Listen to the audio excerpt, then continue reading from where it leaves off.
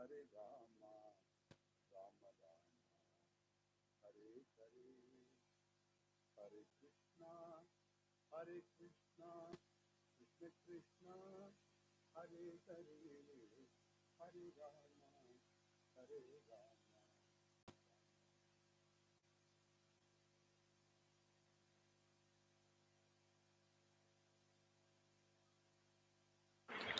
ॐ सहना भवतु सहनौ भुनक्तु सह वीर्यं करवावहै तेजस्विनावधीतमस्तु मा विद्विषावहै ॐ शान्ति शान्ति शान्तिः.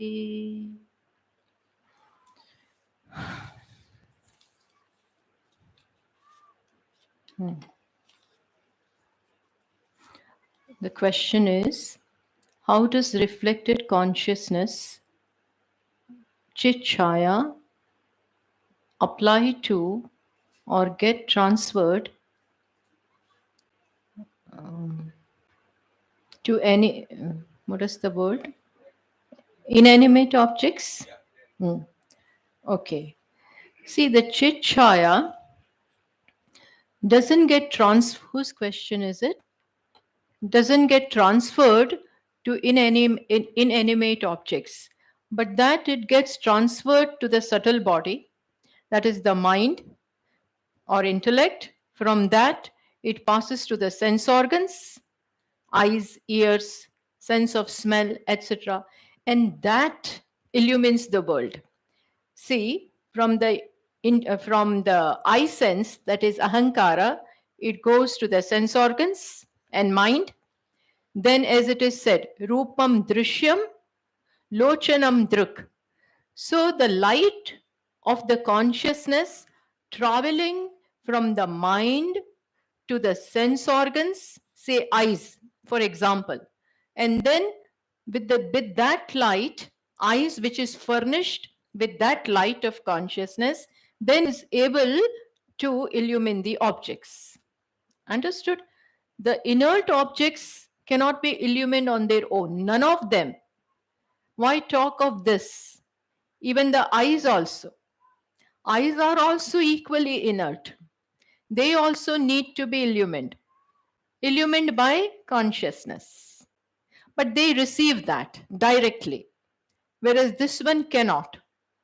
So, in sequence, up to sense organs, and then sense organs illumine this, along with the light of the sun also.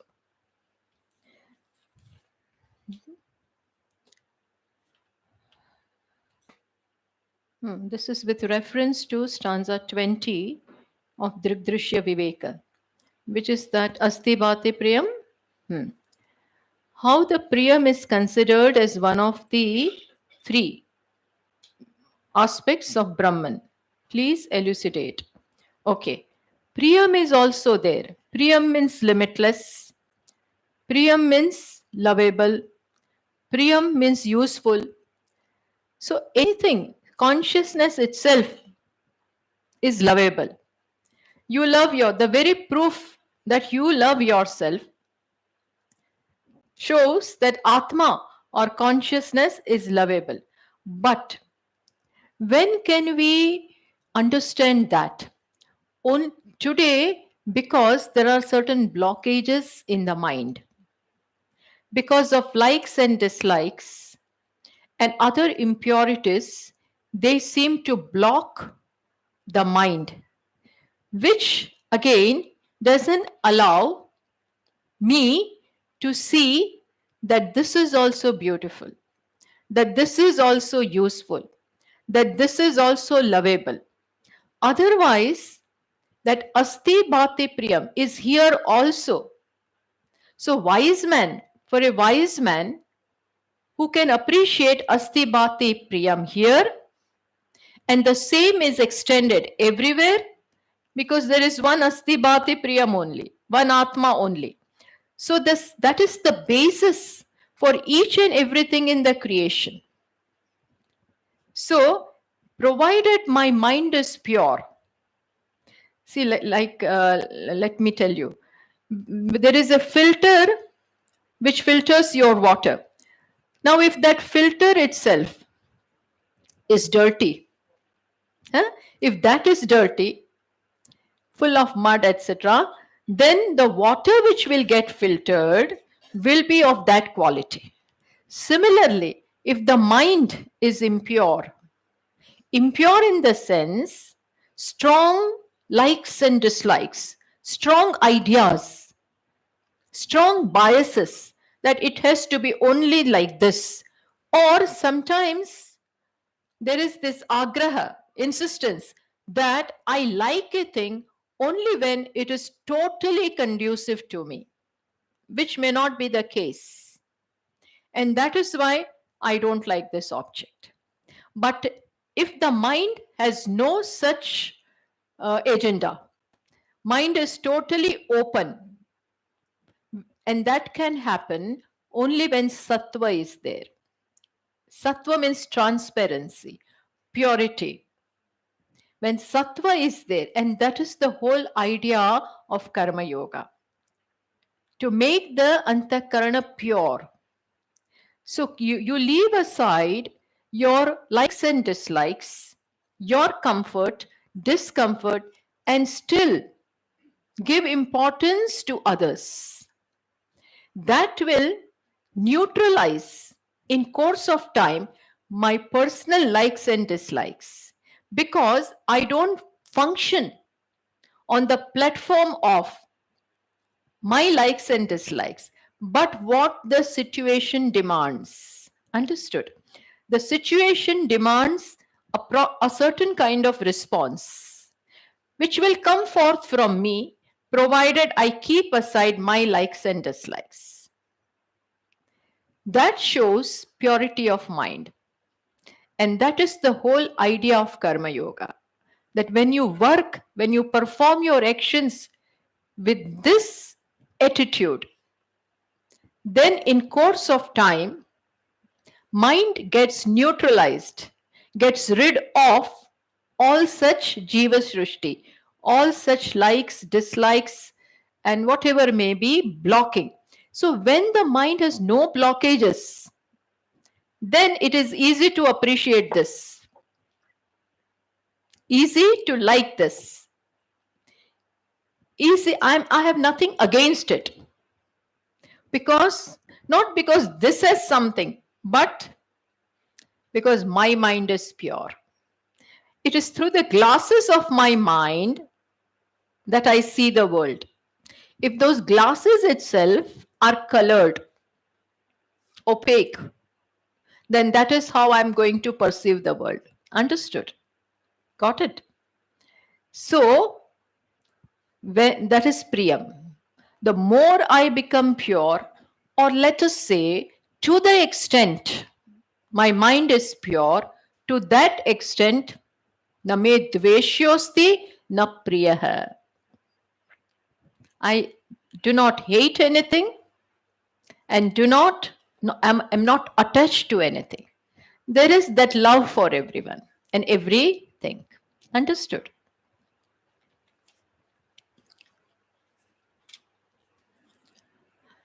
On this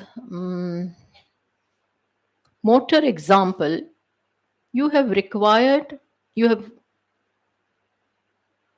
of the sun being reflected in buckets of water. Could you please elaborate the idea of illumination? Illumination, no? Yeah. Sun doesn't know he's sun. Sun, understand, sun is just an example. Sun doesn't know he's sun any more than needs help from a reflection. Is the sun being illuminated or reflection? Sun is always shining. What is the pool of? I'm having difficulty in reading this. So, whose question is this? If you can read out or spell out, because I'm finding it difficult to read this question. Name is not written. Anyway, from what I have understood. Sun is just an example. Atma is not like sun. Sun is an object, first of all, object which you see. It is just an example given to help you understand. It is a prakriya. Pratibimba is a prakriya. Just as Swamiji was talking about pot space, which is another vada, avacheda vada. It is called conditioning, that avacheda vada, and that is pratibimba vada. These two are very good prakriyas to help understand why we feel the way we feel. In spite of being Atma, in spite of being consciousness, why do I feel limited? This is to explain that. So, sun, in spite of being very big and bright and all that, when it gets reflected in water, now the reflection is always, as I said, reflection is partial to the reflecting medium. Pakshapati. Upadi Pakshapati. Image means the sun here. What gets reflected is called image. What is getting reflected? That will get reflected in which way? It will get reflected keeping in mind the quality of the reflecting medium. So it all depends upon the kind of water plus the kind of vessel which is holding the water. If the vessel itself is small, then also the reflection will be small. And the water is muddy, reflection will be accordingly. If the water is yellow, reflection too will be yellow. This is just to show that it appears muddy not because sun is like that, but because water is like that. So sun, when it thinks that I am this, I am muddy, I am shaking, and the other reflection is better, then he has to know that I am not this, I am this. My reality is this. I appear like this due to this upadi, this conditioning, the water plus the vessel. So it is for this that this example is given. It's not that Atma is somewhere, then getting reflected in the body. Don't stretch the example beyond its limits. Example cannot be totally like the illustrated. Drashtanta, there is drashtanta is used to explain the darshtanta. Now it cannot be totally same, otherwise it won't be an example. So some elements are to be used to explain this. Just as then avachedavada, space which is everywhere, pervades, and yet when it looks, as Swamiji pointed out today, that space looking at this pot thinks that I am pot space. Now, what have you got to do with the pot? Let us ask the space. How are you connected? It is in you that the pot is. Not that the pot is in you, not that you are in the pot. So this is but still, it explains what? That similarly, Atma, which is all pervasive, Nirakara, Nirguna, still, when this Upadhi comes, thinks I am that much. Avacheda. So Avacheda means it confines, it puts conditionings upon that which is boundless, that which has no limitations. In spite of that having no limitations, still feels limited. For that, these two vadas, Pratibimba as well as Avacheda are used, and they are effective. Having understood, keep them aside. Having understood, because Atma is even subtler than space. Space is the closest one. Space is closest, but still space is something drishya. Space has a quality. Which quality? Sound. Atma has no attributes, totally nirguna. Space has at least one quality. So they cannot be same. But it suffices, serves the purpose when it helps us understand. Otherwise, there is no way that you can explain why am I feeling limited if I'm Atma? If I'm consciousness, if I'm Brahman, which is one without a second, and you say that it has not become Jiva, then why do I feel like that? You feel like that because you identify with the mind, which is limited. So we have to stop that. Stop identifying with something which you are not. Mind, you are not. Intellect, you are not. Stop identifying with them. Then where is the limitation? Just as if space stops calling this pot as I, then no more pot space, just space. And even if it calls himself pot space, it should know that I am not confined to the pot. Understood? So these are called prakriyas. These are called models. Models explain. Once you understand, leave them aside. I hope I have answered this question. Swaminiji, please help me understand that if the pot is asti bhati priyam and nama rupam, and its appearance is only in my awareness or experience, then should it not disappear when I am not looking at it? Yes. See, there is something called Ishvara Shrishti. The pot is not created by me. It is the part of the creation. It is the part of the creation made by by Ishvara's mind. Just as I in my dream create a small dream world, and when I'm seeing the dream, whatever is there in the dream is created by me. Similarly, and when I wake up from the dream, whatever I saw in the dream is also not there anymore. Similarly, this entire creation is Ishvara's big dream, sort of. Whose dream? Ishvara's big dream. There is difference only in dimension. Otherwise, both are same. Mine is smaller dream. His is this vast dream. So, you have to wake up from that. Wake up from that in the sense, there you can wake up only in the sense that I am Atma, I am consciousness. So even when this is there, I know it to be mithya, but it won't go away. Pratiti will remain. Appearance will remain. What will go away?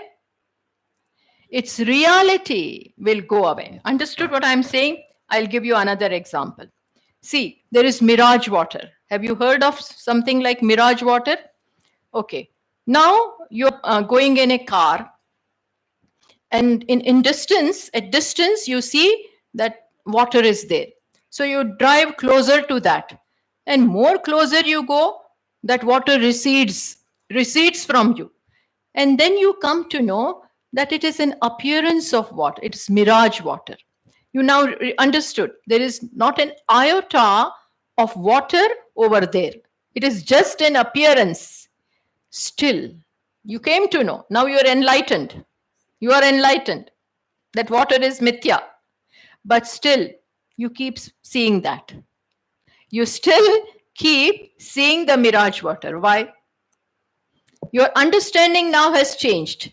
The reality that you gave to that water is no more there. Now you will not go to fetch water from that,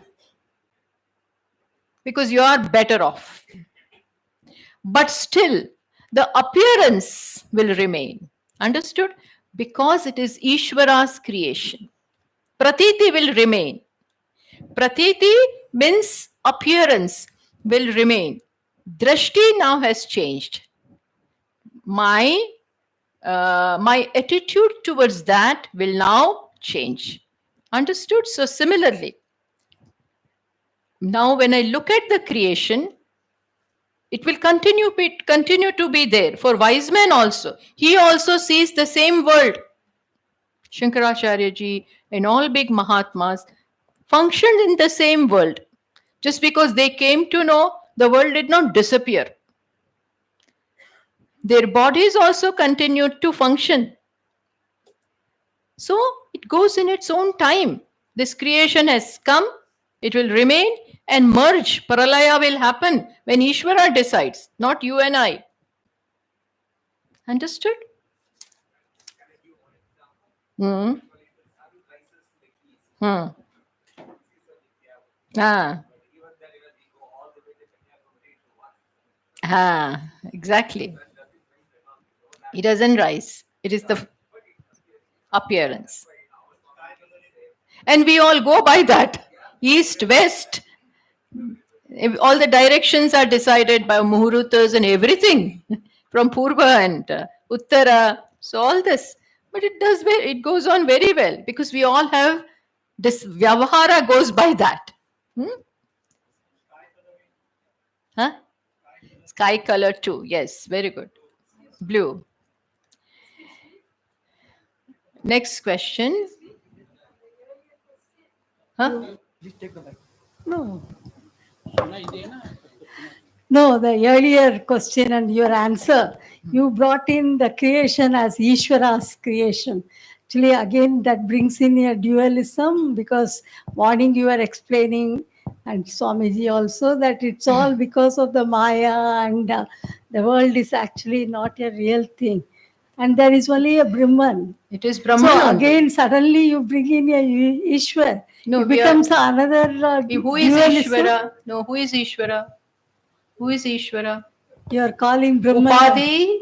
Upadhi of Ishvara is different from my Upadhi. The content, understand very well. The content of Ishvara is Asti Bhati Priyam.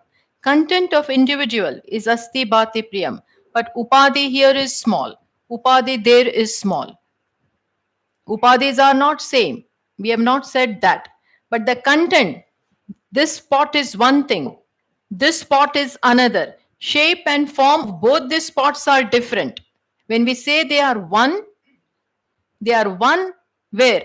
As far as the clay is concerned. I think you think about that. When everything is Brahman, consciousness, is there anything as non-self? No. To begin with, we make this difference. To begin with, why? That there is also a reason. Because we are attached to it. We take this as the self. So, to begin with, we make this difference. We call it Anatma and Atma. Because we are putting all our trust upon Anatma. So, at that time, it needs to be, this education has to be there, that this is Anatma. But then a time comes when you are ready to understand that everything is nothing but Atma.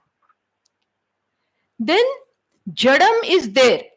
This is Jadam, this body is not Jadam. In as much as not Jadam in the sense, here also Asti Bhati Priyam is there. Here also Asti Bhati Priyam is there. But sentiency is able to manifest here, not here. Understood? There is still a difference. Everything is Brahman. But Brahman doesn't appear as sentient here. Whereas it appears as sentient here. Why? Why?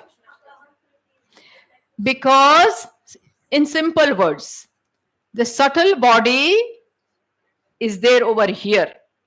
There is no subtle body here.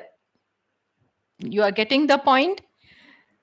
Consciousness can be reflected only where the subtle body is, not where subtle body is absent.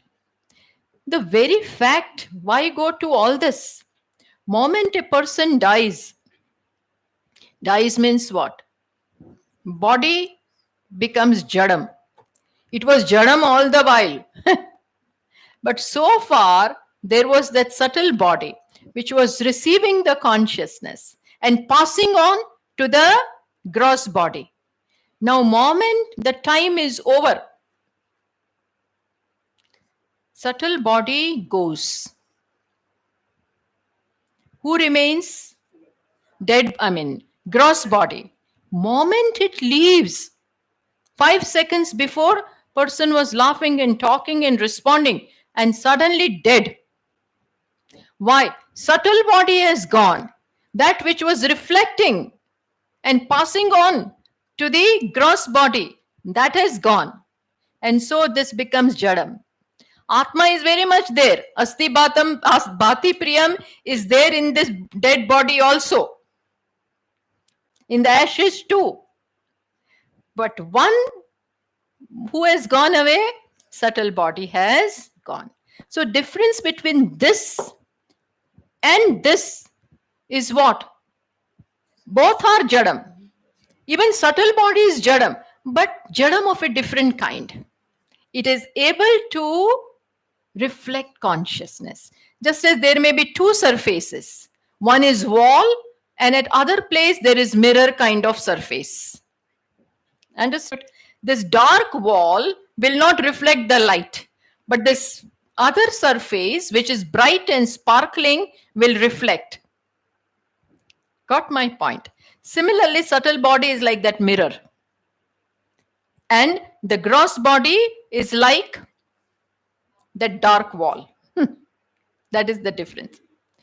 So, one is able to reflect, that is why sentient, and other is not able to reflect, but otherwise they are the same. One only difference is there.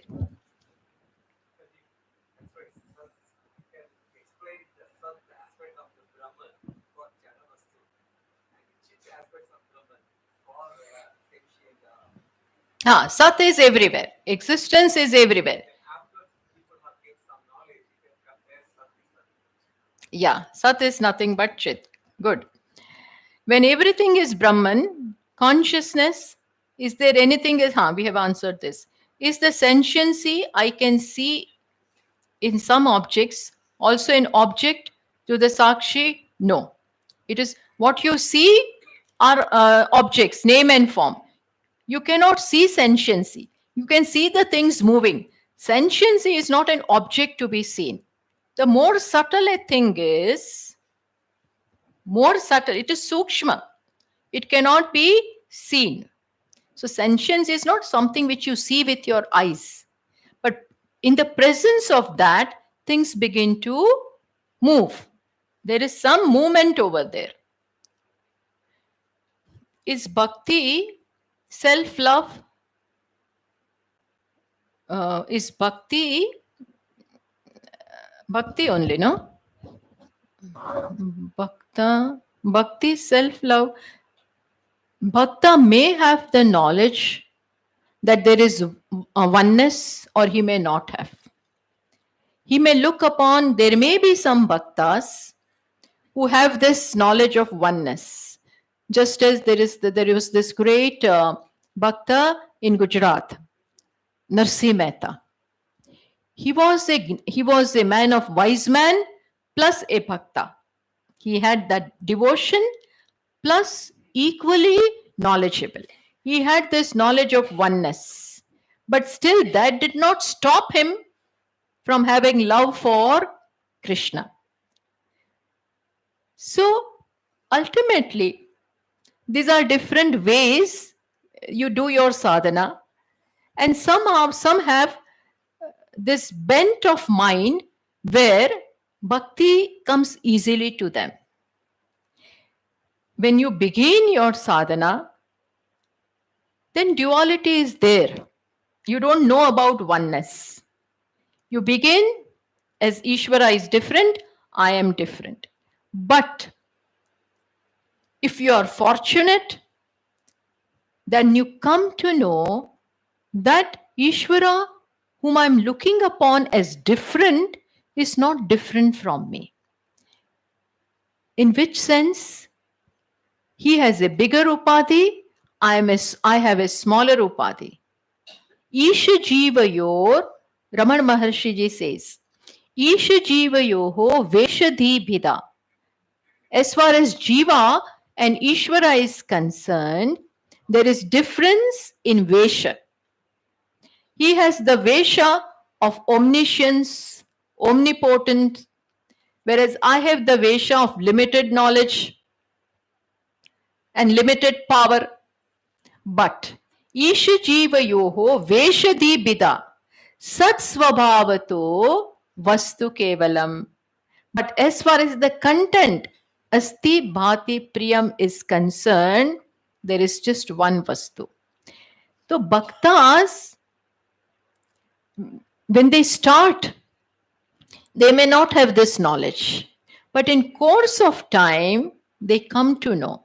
But that won't stop them from loving Ishvara. That won't stop them. Why? And let me tell you. In Srimad Bhagavatam, it is said that Shukadevji who taught, who narrated the sports Mahatmya of Ishvara before Parikshit, about him it is said that he was born Avadhuta. Until 16 years it is said like this. He came out from the womb of his mother when he was 16 years of age. Till then he remained inside. Why? Parents are telling him. Who are his parents? Vedavyasji. And his wife's name? No, not Satyavati. Some other name. So they are telling him, come out now, son. He says, no, I'm afraid.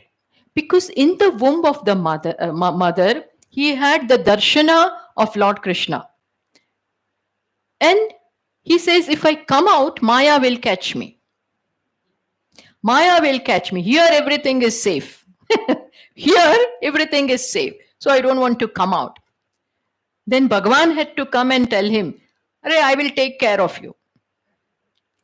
He said, if Bhagavan comes and promises me that he will protect me from Maya, then only I will come out. Bhagavan said, okay, come out. I will take care of you. This is all we find. Then about him it is said that as soon as he is born, he starts walking away. Just walked away. And Vedavyasji and his wife, that is mother, they are running after him. Putra, oh son, where are you going? Where are you going? But who is Putra? This Putra doesn't think that I am Putra. I am son. He doesn't know what is father and what is son.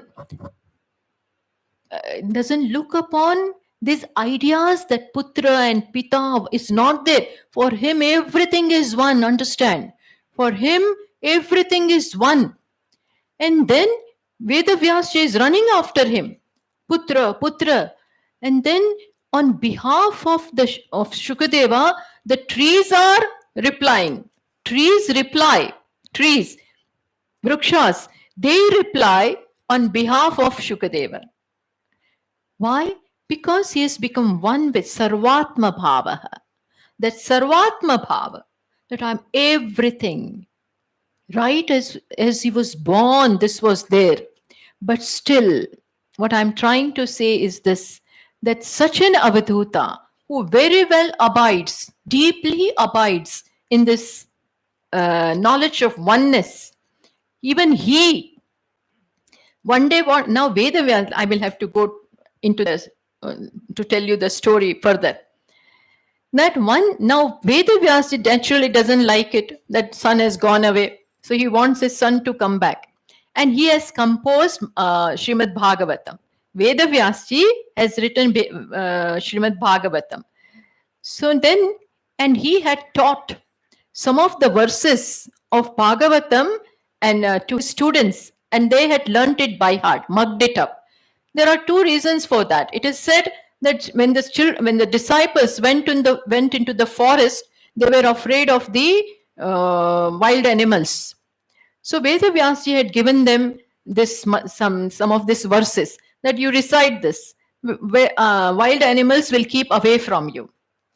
And another reason which is forwarded is this, that Vedavyasji knew that if Shuka hears all this, then it is bound to have effect upon him, because the verses contain description of Lord Krishna in the Vrindavan, moving with the peacock feather in his, and Vaijanti Mala and all that. So the verses which contained this description were taught to the disciples. Then one day Shukadeva is moving. He is just moving everywhere like a parivrajaka. He just moves wherever the destiny takes him. And that time he heard the students reciting this verses. Moment he heard them, he was stunned. And he just stood there. And then he approached those students and he said, from where have you learned all this? And from that moment onwards, he was attracted. So there it is written that in spite of his abidance in Nirguna Tattva, but he was attracted to Ishvara. Why? Itham bhuta guno harihi. Bhagavan is full of such beautiful attributes. His guna, his sports and his leelas and his all appearance and everything is so magnetic that even a person like this, who is all well versed in Atma, is attracted. So, knowledge doesn't deny bhakti. My point is, knowledge doesn't deny bhakti. After all, whom are you loving? Your own beauty in the form of Ishvara. Your own beauty. Why not? And saguna, guna sahita, so that it is such attraction. So even a wise man can have full devotion. Bhagavan himself, Lord Krishna, says in the 7th chapter that whom do I love the best? Udaraha sarva evaite, gnani tu atmaiva me matam.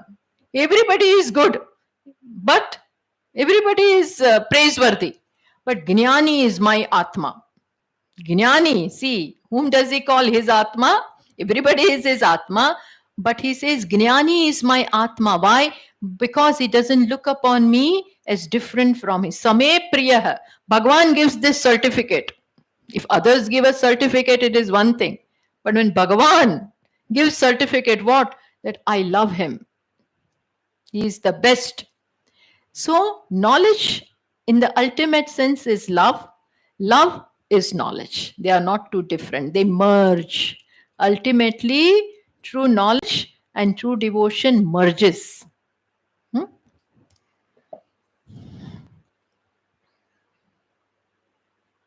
When stuck in sadhana, how does surrendering to the divine help? Beautiful. Good question.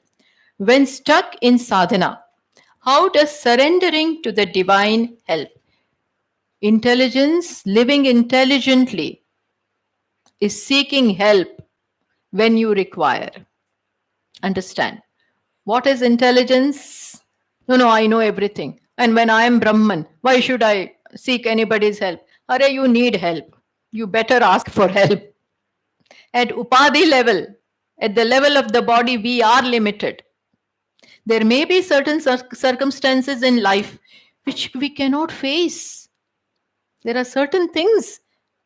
I'm Brahman is fine, but still I have not reached my goal.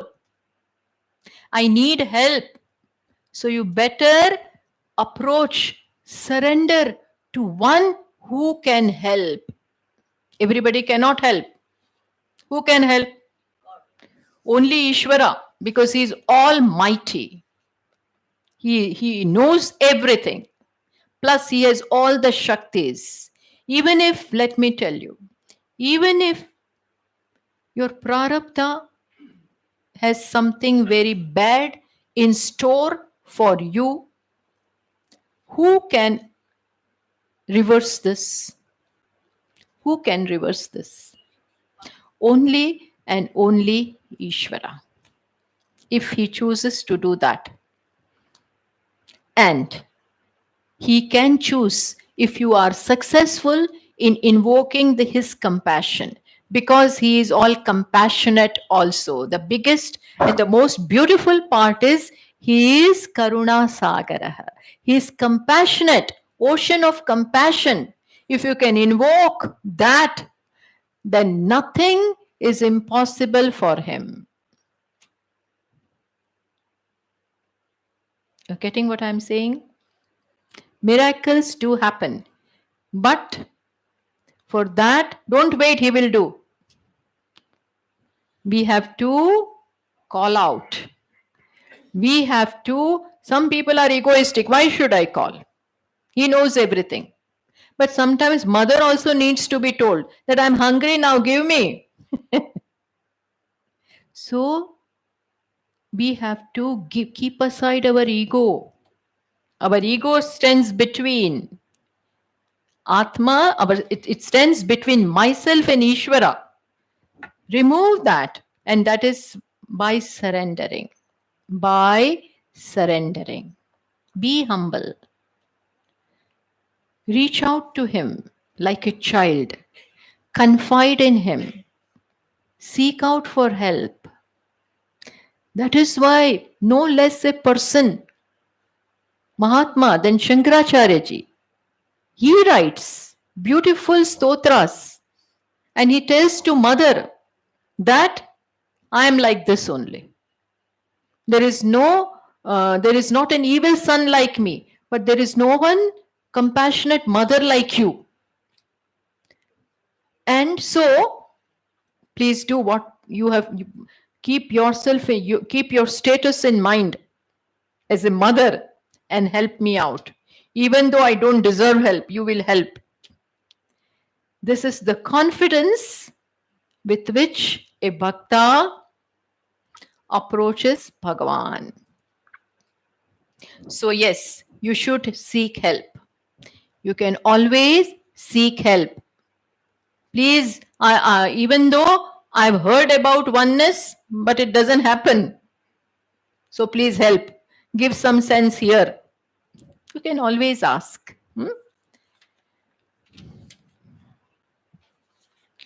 Does projecting power of Maya lead or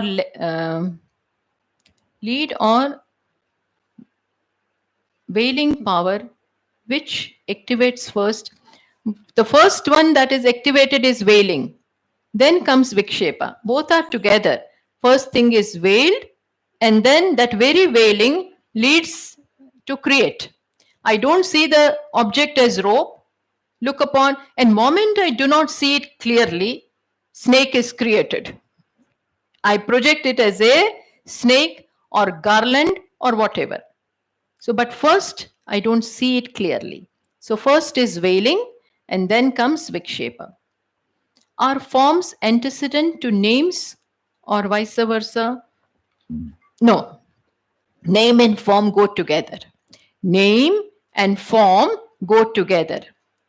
With every name is a corresponding object. Even if I utter some word, as Swamiji used to say, Gagabugang. You don't know what is Gagabugang. There is no object and no name also. But then some idea will come. Some chaotic thing will come in your mind. So name and form always go together. We are running out of time. One way of keeping our mind free from stray and unwanted thoughts can be Nama Smaranam. Can you suggest other methods? This is the best method. Nama Smaranam. Japa is the best one. With each japa, your papa is going.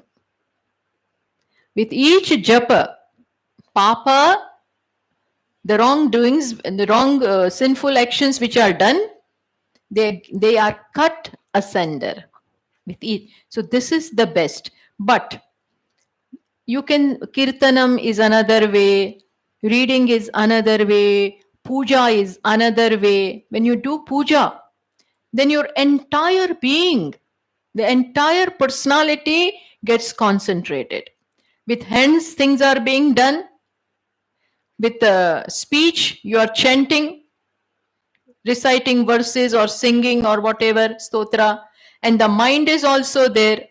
So the whole being comes into play when you are doing puja. So these are different ways of stopping the unwanted thoughts. So all this can be done. Because there is everything in us. I am an emotional person also. I am an intelligent person also. I am an active person also. So I may need bhakti also. I will need Vedanta also. Whatever is needed, do. Whatever helps. And everybody has a different personality. Some may like this more, some may like this more. But whatever you are comfortable with, please do.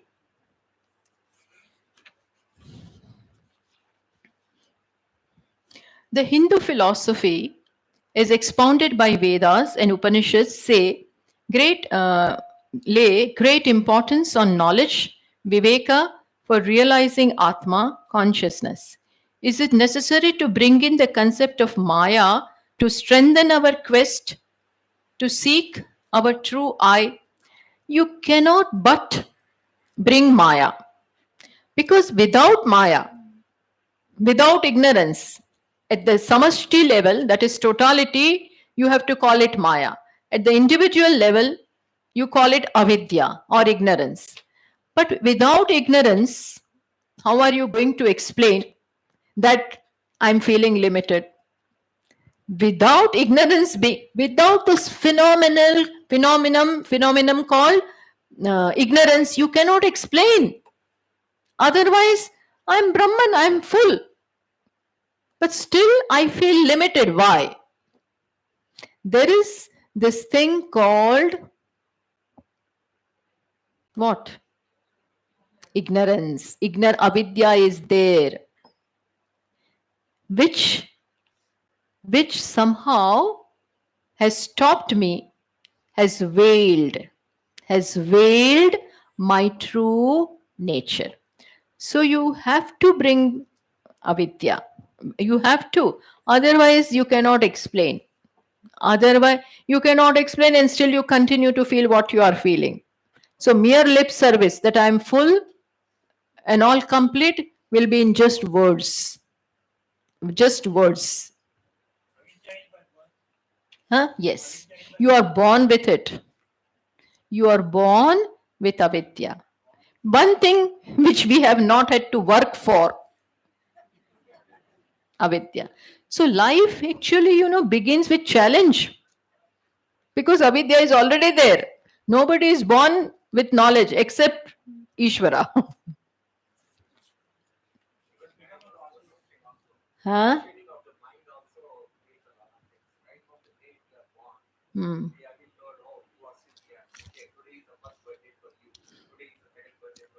Yeah, but the very fact that you are born itself shows avidya. Without avidya, there is no birth. No birth. Last.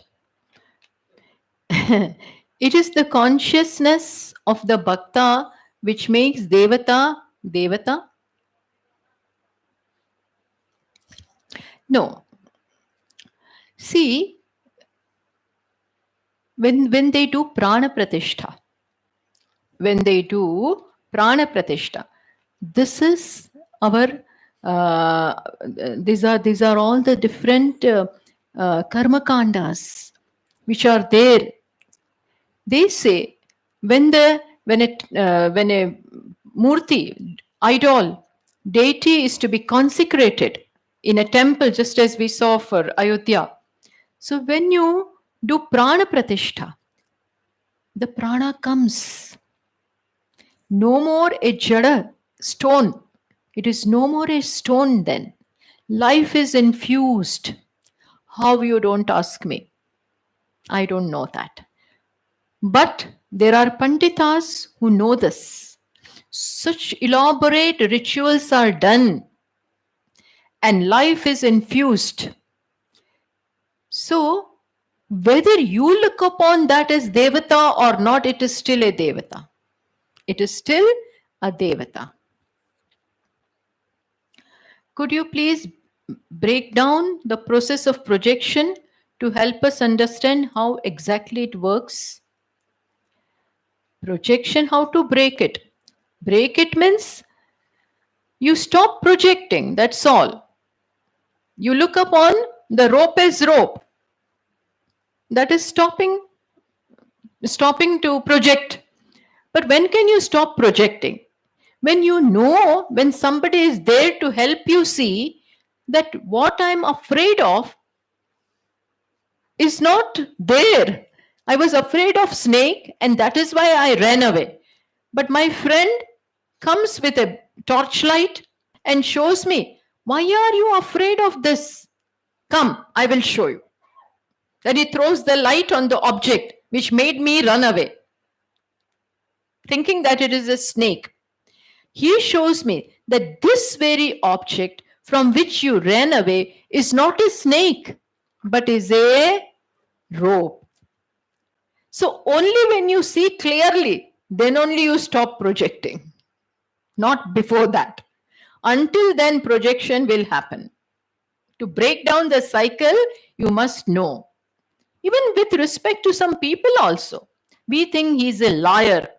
He's my enemy. And then when other friends tell me, he's not like that. Why do you brand him as that? You know what he does, what he has done for you, how well he speaks of you. You know his character.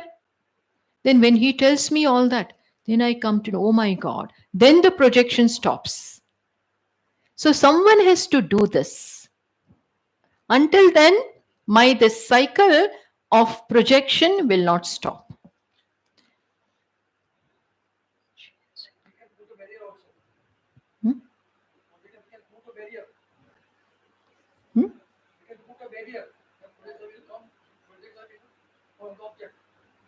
No, but still inside it will remain. You can put a barrier. You will not, but you know that the snake is there.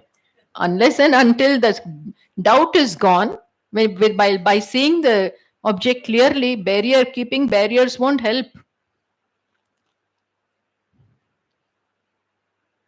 Swaminiji, I'm still not able to understand that mind is totally inert like gross body.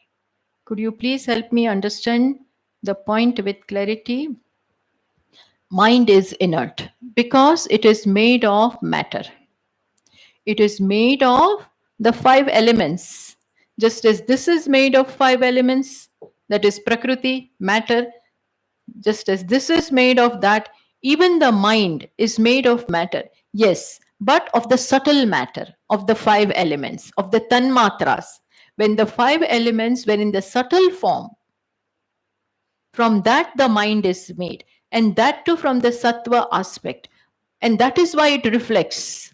But still, the very fact that the upadana karanam, the material cause is matter, prakriti, so it is inert.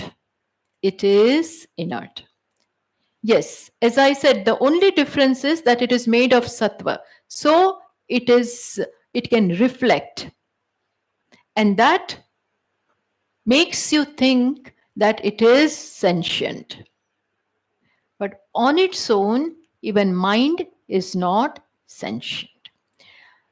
I think we will have to now, as it is, the papers are over. I have done the duty that was given to me.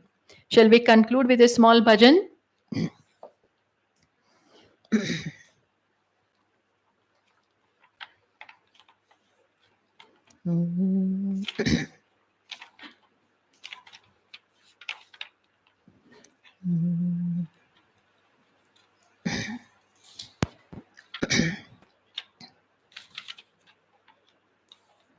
चंचल मननित राम जपा कर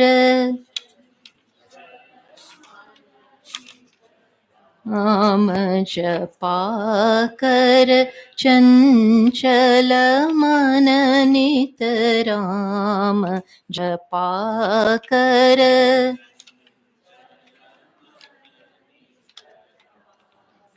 जपा कर पल पल छिन छिन घड़ी घड़ी निश दिन पल पल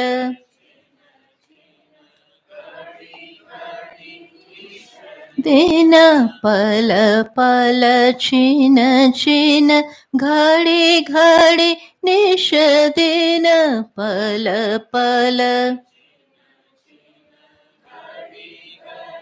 निश दिन राम जपा कर राम जपा कर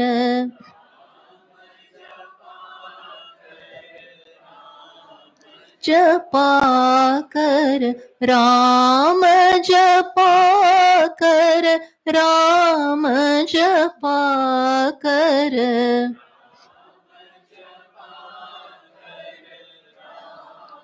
जपा कर जय जय राम सीताराम जय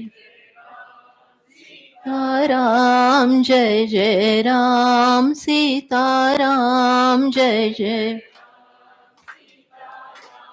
चंचल मन नित राम जपा कर राम जपा कर प्रात समय की शुभ वेला में प्रात वेला में संध्या समय की पुलकित रजनी पुलकित रजनी रोम रोम से निकले तेरे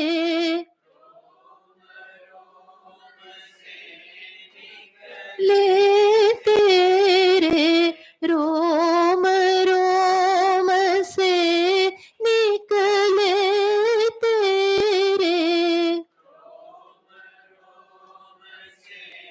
निकले तेरे जय जय राम सीताराम राम जय जय राम सीताराम चंचल मन नित राम जपा कर नित राम जपा कर गहरा सागर टूटी नैया गहरा नैया गहरा सागर टूटी नैया गहरा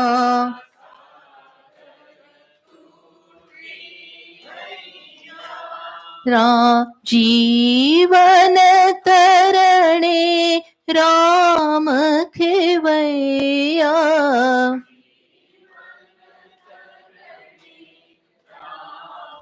खेवैया जीवन तरणे राम खेवैया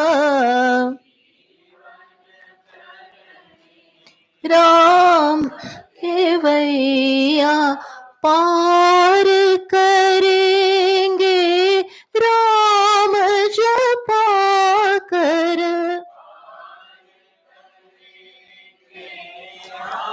राम जपा कर पार करेंगे राम जपा कर राम जपा कर जय जय राम सीताराम चंचल मन नित राम जपा कर,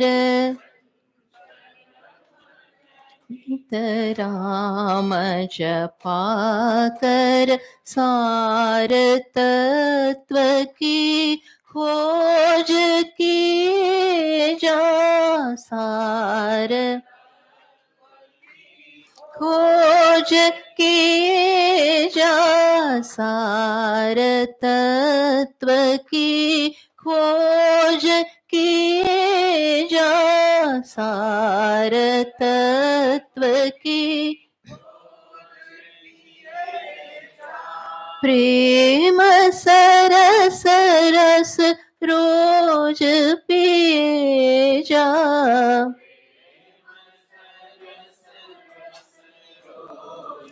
पिए जा, प्रेम सरस रस रोज पिए जा,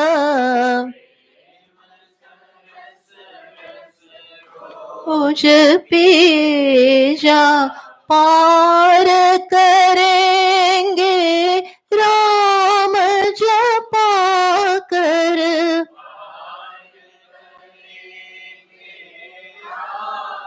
जपा कर पार करेंगे राम जपा कर,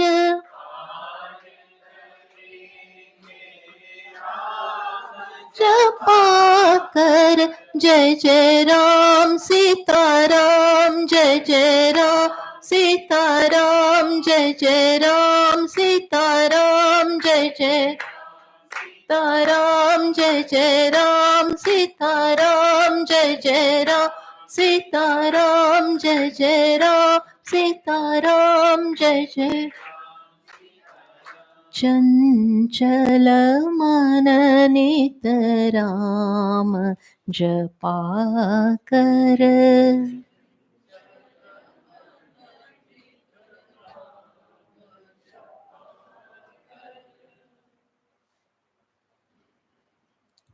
ॐ पूर्णमतः पूर्णमिदं पूर्णात् पूर्णमुदच्यते पूर्णस्य पूर्णमादाय पूर्णमेवावशिष्यते। ॐ शान्ति शान्ति शान्तिः। हरिः ॐ श्रीगुरुभ्यो नमः। हरिः ॐ।